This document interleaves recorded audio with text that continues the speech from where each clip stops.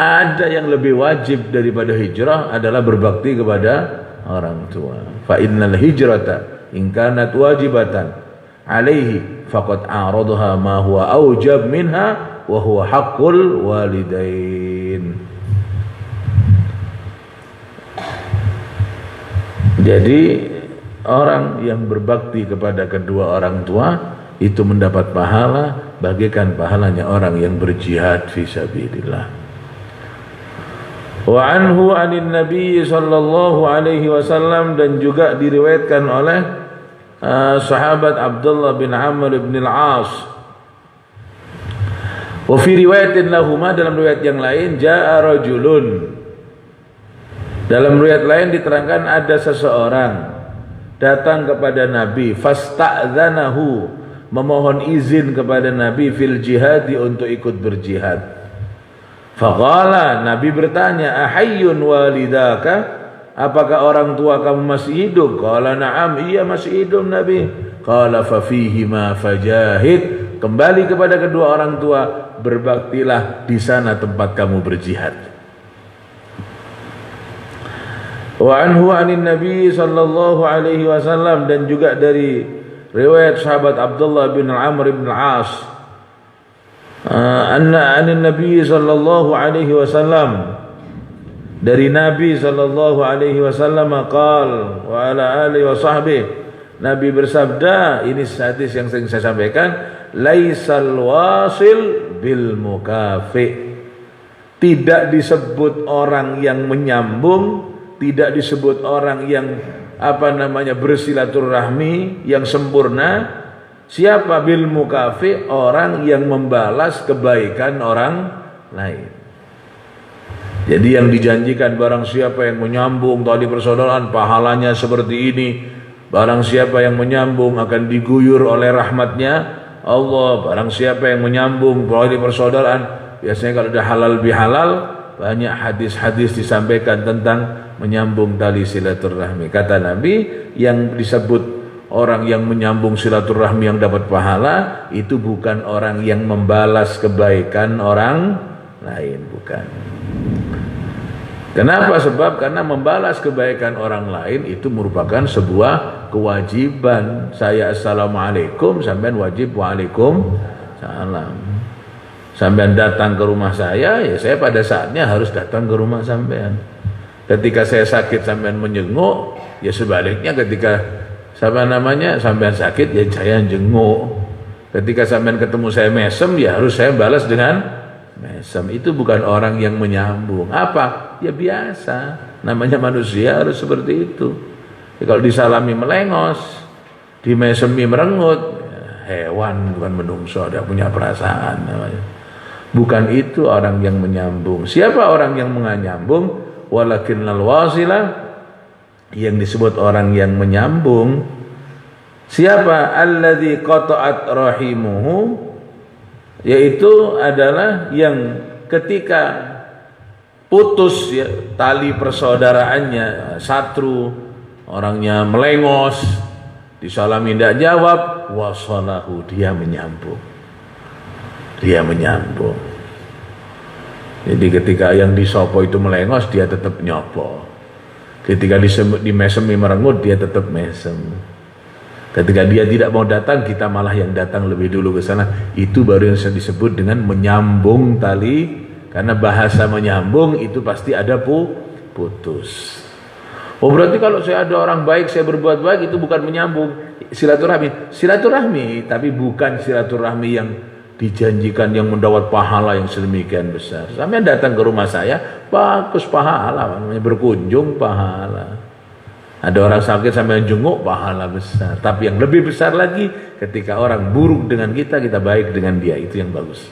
Itu yang paling sempurna pahalanya. Dalam hadis lain dikatakan, laisal wasilu antasila man wasalaka, walakinnal wasila antasila man qata'aka. Ini bahasanya lebih jelas lagi. Laisal wasilu, bukan dikatakan orang yang menyambung, Ya, bukan dikatakan orang yang menyambung. Siapa? Antasilaman wasolaka, ketika kita datang kepada orang yang datang kepada kita. Ketika kita berbuat baik kepada orang yang berbuat baik kepada kita, itu bukan menyambung, itu wajib namanya. Walakinnal wasila, adapun yang disebut orang yang menyambung tali persaudaraan apa? Antasilaman qata'aka, kamu menyambung kepada orang yang memutus kepada kamu.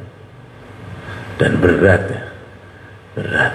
Ini sering pengajian-pengajian kalau ada tanya jawab, sering ibu-ibu ada tanya. Saya sudah nyopo ya Pak Ustadz, dia tetap merengut. Ya itu yang diperintahkan oleh agama. Bagaimana kita nyopo kepada orang yang melengos. Saya ketemu di pengajian, saya mesem, dia merengut. Gimana Pak Ustadz? Ya itu yang diperintahkan oleh agama. Kalau dia mesem sampai mesem, ya memang harus seperti itu. Nah, ini saya sudah baik, sudah padahal sudah gini. Apa boleh saya juga melawan dengan keburukan? Ya tidak boleh. Itu yang disebut tali silaturahmi disambung. Ketika ada orang memutus, kita yang menyambungnya. Sehingga kesimpulannya, ya,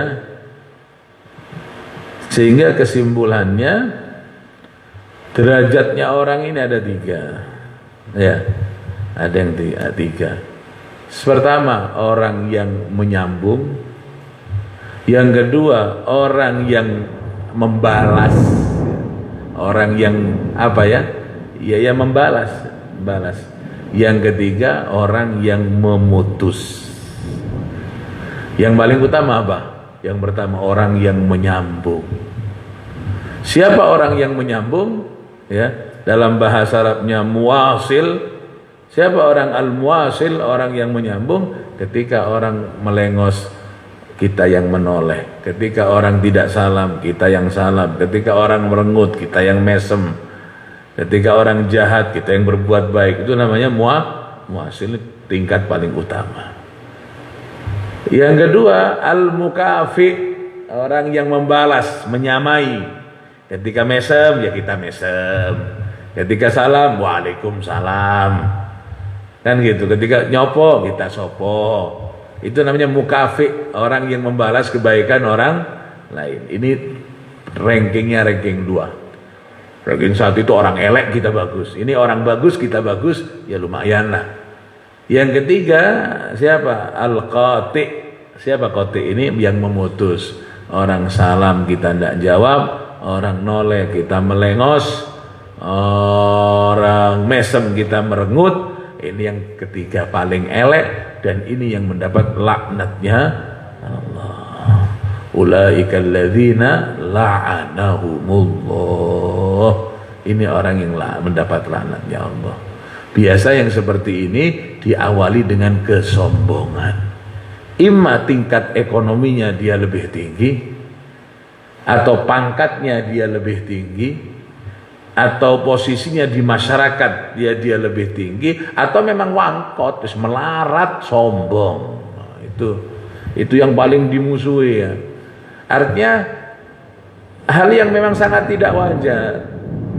Kalau soge sombong itu tidak boleh, tapi masih ada alasan karena kekayaannya. Elek, melarat, sombong. Mudah-mudahan selamat kita. Dan di masyarakat ada orang model seperti itu. Jadi tonggonya mumet, wong paran, melarat, magi sombong. Nah, itu yang ketiga. Jadi ada yang al-muwasil, orang yang menyambung, ini yang paling bagus. Ada al-mukafi, orang yang membalas kebaikan orang lain. Yang ketiga ada al-qati, yang memutus.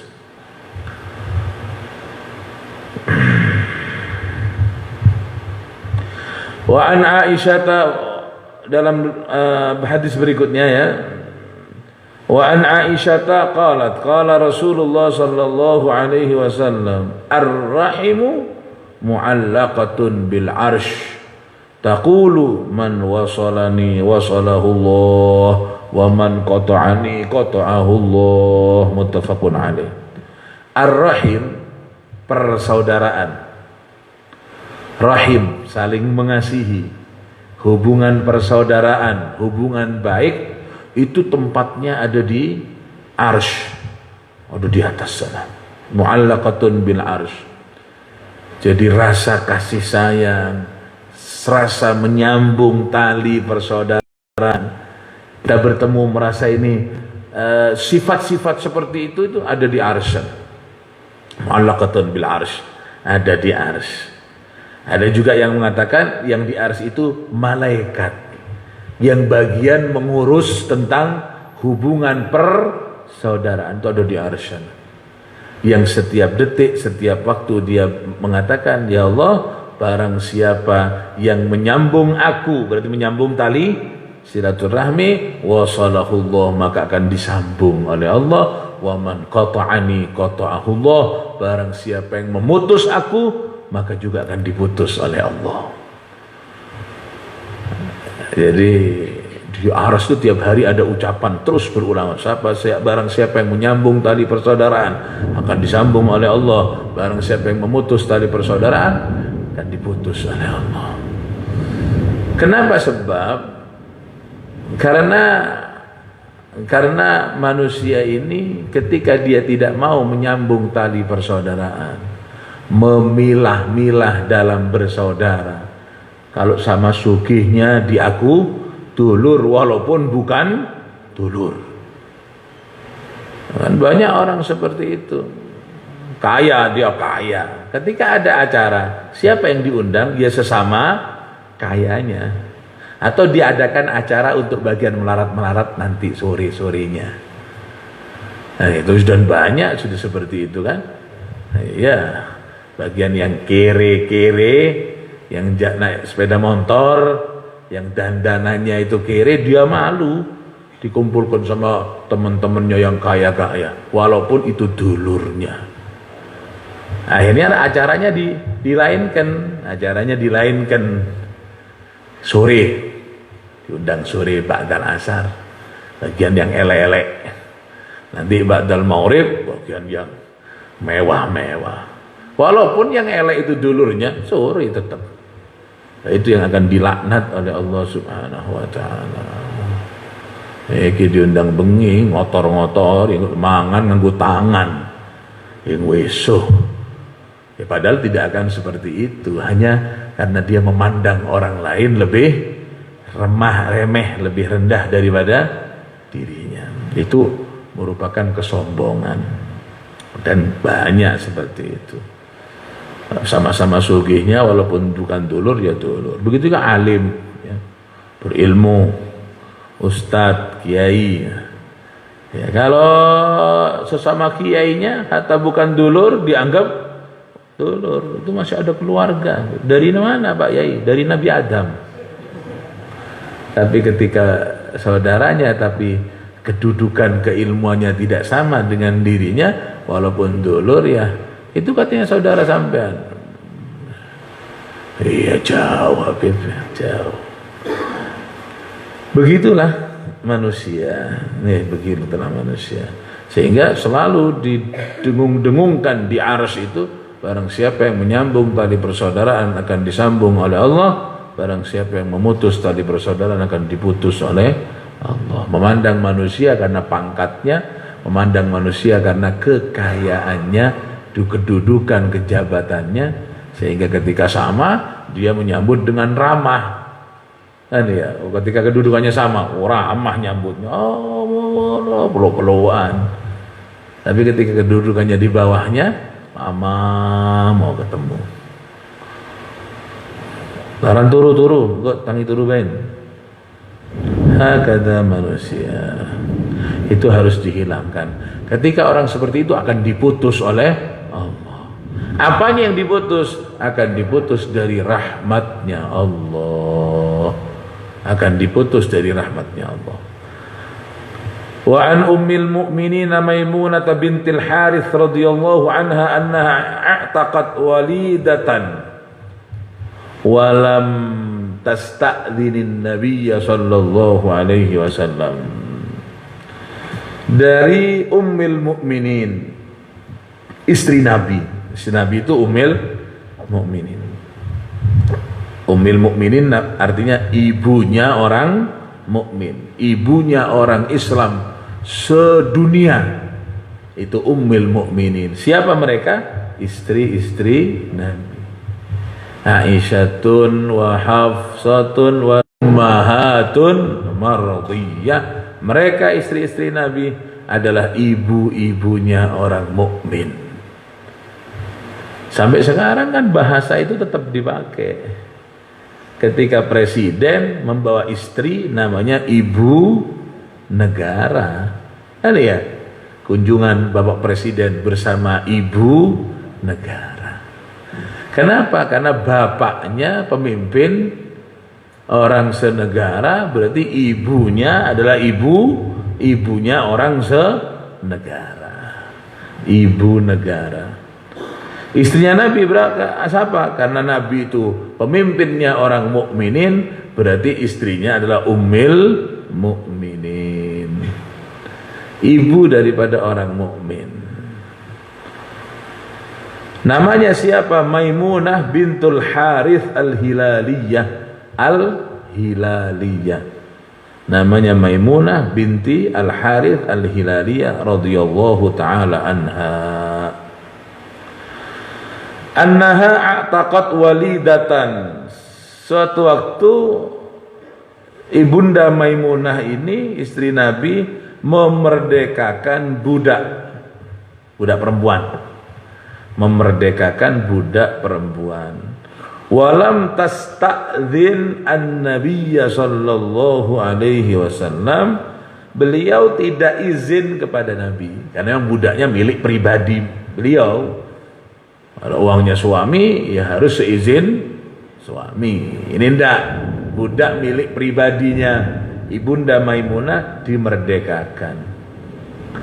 Falamma kana yaumuha alladhi yaduru 'alaiha fihi, ketika pada hari gilirannya Nabi untuk bermalam di rumahnya Ibunda Maimunah ini, As-Sayyidah Maimunah, qalat, dan Nabi bergilir, satu rumahnya Aisyah, rumahnya Fulanah. Terus ketika giliran Nabi itu ada di rumahnya As-Sayyidah Maimunah, falamma kana yaumuha, harinya Ibunda Maimunah alladzi yaduru 'alaiha fi, yang Nabi gilir ketika Nabi pada bagiannya di rumahnya beliau, qalat, Maimunah ini Sayyidatuna Maimunah tanya, asy'arta ya Rasulullah anni a'taqtu walidati. Nabi, asy'arta, apa panjenengan tahu, rungu kabar tak? Apa sampeyan ini tahu, apa dengar kabar gitu?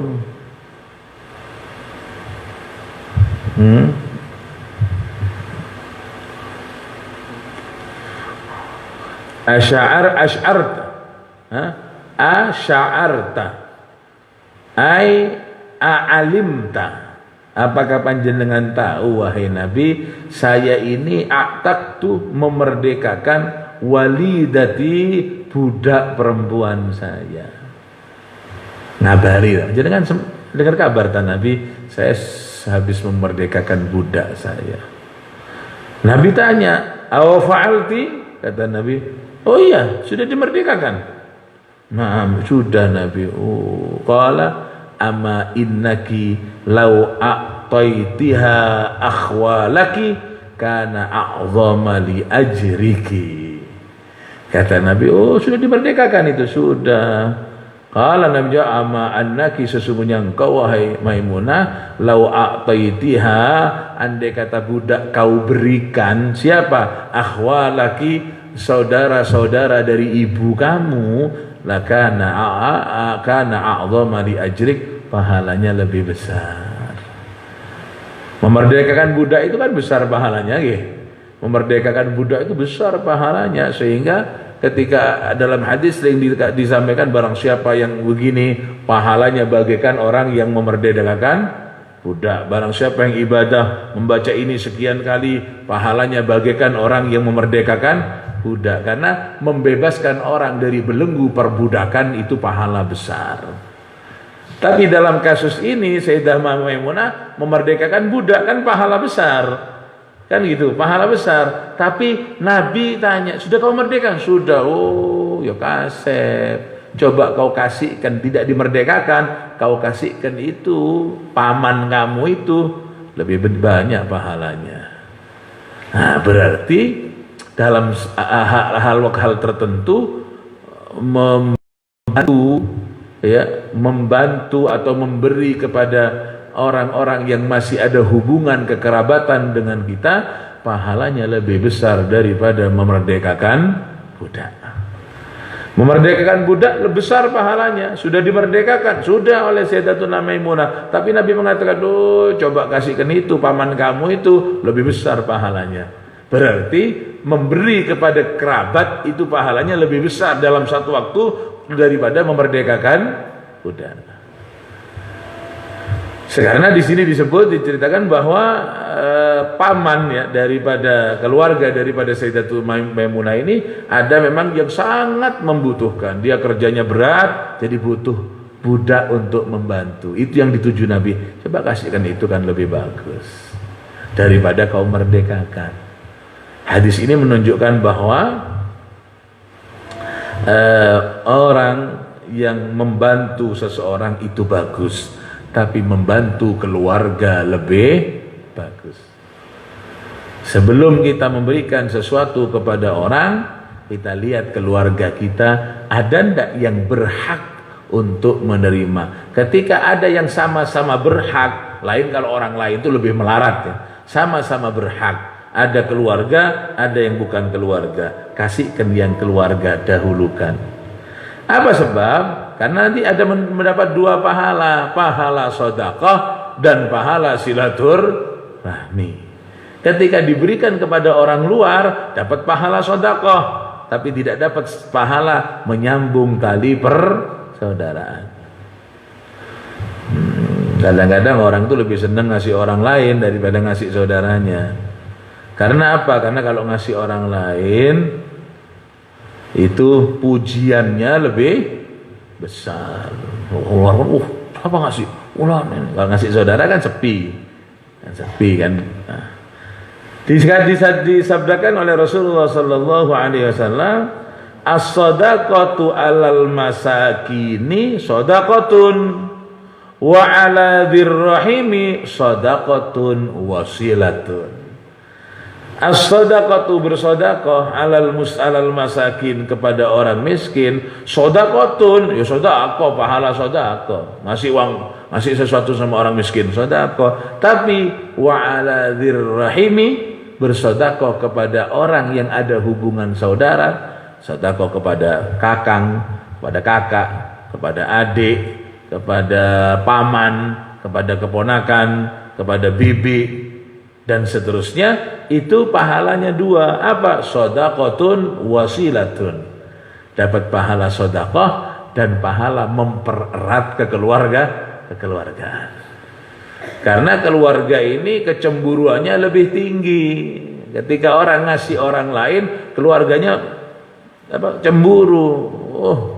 Adung nang wong liya dum-dum pecis. Delengen ta dulure dewek maksud tau disopo. Kadang-kadang lupa gitu. Ada Ramadan ngasih dum-dum orang tuh dum sekian. Kadang-kadang keluarganya di sebelahnya tidak dikasih, lupa. Kadang-kadang lupa. Kadang-kadang juga lebih senang ngedum ke orang lain karena pujiannya lebih besar. Nah, selanjutnya wa an Asma binti Abi Bakar As-Siddiq radhiyallahu taala anhuma.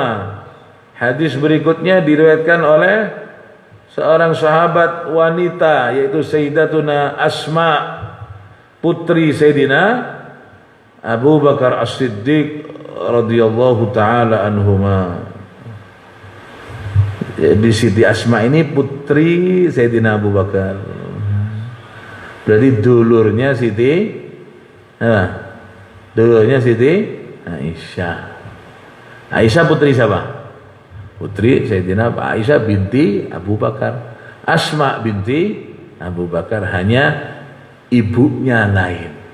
Ibunya Siti Asma dan ibunya Siti Aisyah lain ibu, berarti saudara bapak, saudara seayah, artinya ayahnya sama, ibunya lain. Ada saudara seibu, berarti ibunya sama, bapaknya lain. Ada saudara kandung, bapak dan ibunya sama, ibunya beda. Jadi kawin sama perempuan ini punya anak, terus kawin sama perempuan yang lain punya anak. Anak sama anak, saudara seayah. Bahasa Arabnya lil ab, lil ab, saudara seayah. Atau seibu, ada seperempuan kawin sama laki-laki punya anak, pisah atau mati, kawin dengan laki-laki yang lain punya anak. Ada anak sama anak, ibunya sama, bapaknya lain, sama saudara lil seibu. Kalau bapak dan ibunya sama, saudara syakik, kandung. Sayyidatuna Asma ini ibunya namanya Qailah. Ibunya namanya Qailah. Jadi Sayyidina Abu Bakar punya istri namanya Qailah atau Qutailah. Atau Qutailah. Biqafin thumma fawqiyatin thumma tahtiyatin musaghar, Qutailah. Ibunya Siti Asma ada yang mengatakan Qailah, ada yang mengatakan Qutailah, istri daripada Sayyidina Abu Bakar.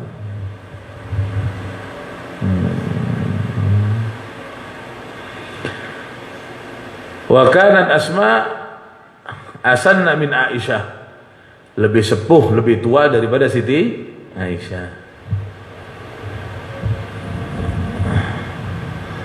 Sama Abdullah bin Abu Bakar baru satu kandung. Siti Asma ini yang diceritakan beliau berhijrah ke Madinah dalam keadaan hamil. Ini yang sering saya sampaikan, sering saya ceritakan, bagaimana kekuatan keimanan Sayyidatuna Asma bintu Abu Bakar ketika Nabi itu bersembunyi di gua bersama sang ayah, yaitu Sayyidina Abu Bakar, diuber-uber sama orang kafir, bersembunyi. Siapa yang ngirim makanan munggah gunung untuk ngirim Nabi dan Sayyidina Abu Bakar? Siti Asma. Merangkang Pak, naik gunung dalam keadaan hamil. Luar biasa. Yaqulu li sahibihi la tahzan innallaha ma'ana. Merangkang Pak, Siti Asma itu naik gunung ke tempat persembunyian Nabi dengan sang ayahnya, ya, ngirim dalam kondisi hamil. Kemudian beliau melanjutkan perjalanan hijrah. Siti Asma ikut hijrah. Kalau perjalanan sekarang ini kurang lebih 450 kilo sekarang. Kalau orang umroh, orang haji, mudah-mudahan kita sampai Mekah Madinah dengan sangu yang halal, itu lorong ya, jalan yang dilewati bis itu namanya Thariqul Hijrah. Itu sudah dibuat dengan ngebom, meruntuhkan gunung agar supaya jalan ini bisa lurus.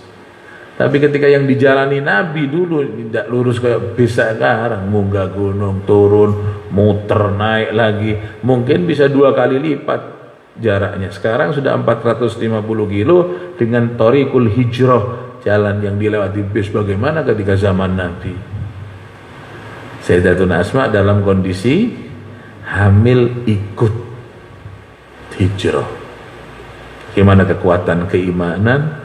Bahkan lahir putranya ketika sampai di menjelang diriwayatkan menjelang kota Madinah, ada tempat yang namanya Quba, beristirahat di sana, lahirlah putra daripada Siti Asma, dan itu bayi pertama yang lahir dari kaum muslimin hijrah ke Madinah.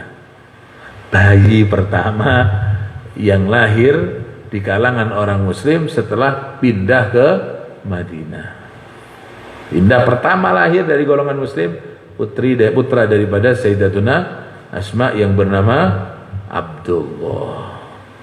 Suaminya Siti Asma siapa namanya? Zubair, sehingga anak yang lahir namanya Abdullah bin Zubair. Siapa yang ngasih nama Abdullah? Nabi. Itulah keistimewaannya. Ikut rombongan hijrah sama Nabi, mau masuk kota Madinah, lahir. Tidak ada dokter spesialis, tidak ada bidan, tidak ada dukun bayi, tidak ada dukun beranak, lahir di tengah padang pasir, hanya dibantu oleh beberapa sahabat wanita yang juga ikut berhijrah. Bukan di kasur, bukan di ruangan rumah sakit, rumah bersalin, tidak, di padang pasir dengan peralatan yang sederhana. Tapi istimewanya apa? Istimewa setelah lahir langsung diserahkan ke tangan mulia Nabi Muhammad SAW, dan ketika Nabi menerima bayi yang baru lahir ini, Nabi meminta korma kepada para sahabat yang ikut hijrah. Adakah di antara kalian yang masih punya sisa korma, sisa bekal? Ditunggu sejenak, kemudian ada yang mengasih, ini Nabi, korma kecil-kecil. Iya, diambil oleh Nabi, dimakan, dikunyah sampai halus, kemudian dilepeh, dikeluarkan Nabi, kemudian disuapkan, ditulangkan ke mulut bayi yang mungil ini dari tangan beliau sendiri, sehingga yang pertama masuk ke perut bayi ini adalah kurma yang bercampur dengan ludah Nabi Muhammad SAW, dan kemudian mengatakan namaid Abdullah, sehingga tumbuh luar biasa anak ini yang bernama Abdullah bin Zubair, dan termasuk ulama di kalangan para sahabat. Dan itu bayi pertama yang lahir sesudah hijrah ke Madinah, dan bayi tersebut menjadi ulama yang besar yang bernama Abdullah bin Zubair dari ibunda Asma bintu Abu Bakar As-Siddiq radhiyallahu taala anhu. Demikian itu perawi yang akan kita baca hadisnya. Kita sambung pada pertemuan yang akan datang insyaallah. Ada boleh, cuman ulama masih berbeda pendapat tentang hal itu. Ya Sayyidi Ya Rasulullah Ya man lahu ya indallah innal musina qad jauh fi dambiyat tawbirun Allah ya Sayyidi ya Rasulullah qad jauh li dambiyat tawbirun Allah ya Sayyida رسلي هدينا هيا بغا وادعي إلينا الآب يا همة سادة الأقطار ما عدينا صدقي وسري يا سيدي المسيء قد جاءوا لذنبها يستغفرون الله المهاجر صافي الله ذاك بنعي ساب سلام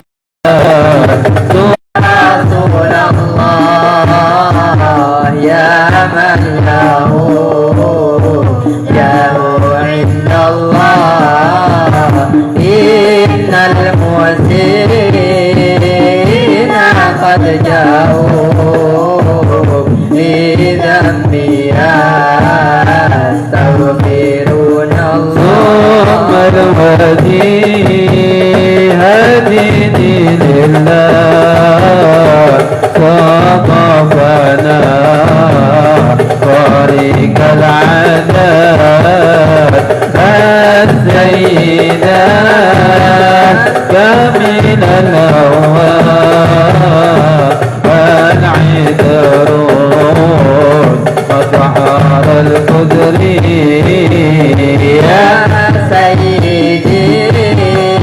يا رسول الله يا من له جاه عند الله إن المسيء قد جاءوا لذنبي يستغفرون الله فينا وكشف عنا يا سادتي هذه الأصوات وقمتي تكمم الغنى من جملة الشر والبلوى يا سيدي يا رسول الله يا من له جاه عند الله إن المحسنين قد جاءوا لذنبي يستغفرون الله يا العذاب عند سر الأسنان والعلم والحلم والتقوى بجدكم وبكم تنجى شحب البلية والضر يا سيدي يا رسول الله يا من له جاه عند الله إن المسيء قد جاءوا لذنبي يستغفرون الله ربنا انفعنا بما علمتنا رب علمنا الذي ينفعنا رب فقهنا وفقه أهلنا وقرابة لنا في ديننا مع أهل الكتر أنثى وذكر رب وفقنا وهم لما ترتدي قولنا فعلا كرما ورزق الكل